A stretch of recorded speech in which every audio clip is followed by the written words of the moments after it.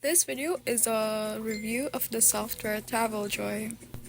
So it says here that TravelJoy is an all-in-one platform for travel advisors. Now let's check if this is still worth it in 2025.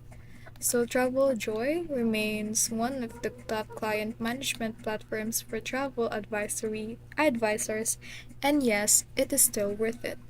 Why? First, it simplifies your workflow from proposal templates to automated payment reminders.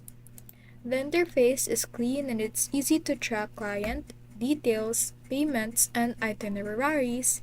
Plus, the email automation saves hours of back and forth. But it is not perfect. It doesn't have a built-in itinerary builder like Travify or Access, and it can be pricey for new agent. But still, if you're focused on streamlining client communication and getting paid faster, TravelJoy remains a solid investment. So, is it still worth it? If you're a serious travel advisor ready to scale your business, then absolutely yes.